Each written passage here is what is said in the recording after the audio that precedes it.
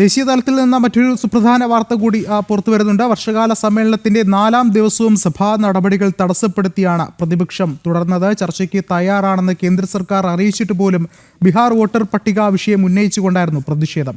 രാഷ്ട്ര താൽപര്യങ്ങൾക്ക് ഒരു പ്രാധാന്യവും നൽകാത്ത ഒരേയൊരു പ്രതിപക്ഷ നേതാവാകും രാഹുലെന്ന് BJP കുറ്റപ്പെടുത്തി. ശ്രീകാന്ത് ഒരിക്കൽ കൂടി ചേർന്നുണ്ട് ഡൽഹിയിൽ നിന്നും. ശ്രീകാന്ത്, എന്തായാലും പ്രതിപക്ഷം വീണ്ടും സഭ തടസ്സപ്പെടുത്തുന്ന സാഹചര്യം തന്നെയാണ് ഉണ്ടായിട്ടുള്ളത്. ഇനിയുള്ള ദിവസങ്ങളിലും ഉള്ള ഒരു സാഹചര്യം എന്താകും?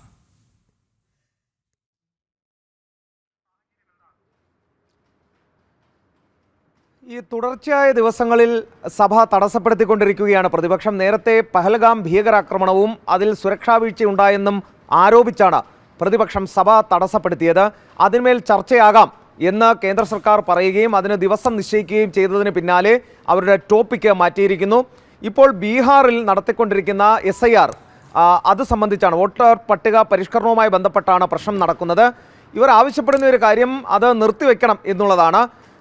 ഇന്ന് തന്നെ നമ്മളൊരു വാർത്ത റിപ്പോർട്ട് ചെയ്തിരുന്നു. ഏതാണ്ട് 52 ലക്ഷം ആളുകൾ അനധികൃതമായി ഈ വോട്ടർ പട്ടികയിൽ ഇടം നേടിയിരുന്നു എന്നുള്ളത്. അതിൽ അനധികൃത കുടിയേറ്റക്കാരുണ്ട്, മരിച്ചുപോയവരുണ്ട്, വേറെ മണ്ഡലത്തിൽ മാറിപ്പോയ ആളുകളുണ്ട്, ഇരട്ട വോട്ടുള്ളവരുണ്ട്. അങ്ങനെ പല തരത്തിൽപ്പെട്ട ആളുകൾ 52 ലക്ഷം വോട്ടർമാർ ഈ വോട്ടർ പട്ടികയിൽ അനധികൃതമായി ഉണ്ട് എന്ന് തെരഞ്ഞെടുപ്പ് കമ്മീഷൻ കണ്ടെത്തിയിട്ടും സമരം തുടരുകയാണ് നിലവിൽ പ്രതിപക്ഷം ഇപ്പോഴും ചെയ്യുന്നത്. സഭാ നടപടികൾ തുടർച്ചയായി തടസ്സപ്പെടുത്തുകയാണ്.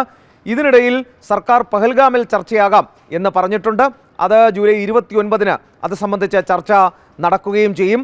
പക്ഷേ എന്തായാലും സഭ നടത്തിക്കൊണ്ടുപോകാൻ അനുവദിക്കില്ല എന്ന നിലപാടിലാണ് ഇപ്പോഴും പ്രതിപക്ഷ കക്ഷികൾ. ശരി, ഡൽഹിയിൽ നിന്നും ശ്രീകാന്താണ് വിശദമായ റിപ്പോർട്ടുകൾ നൽകിയത്.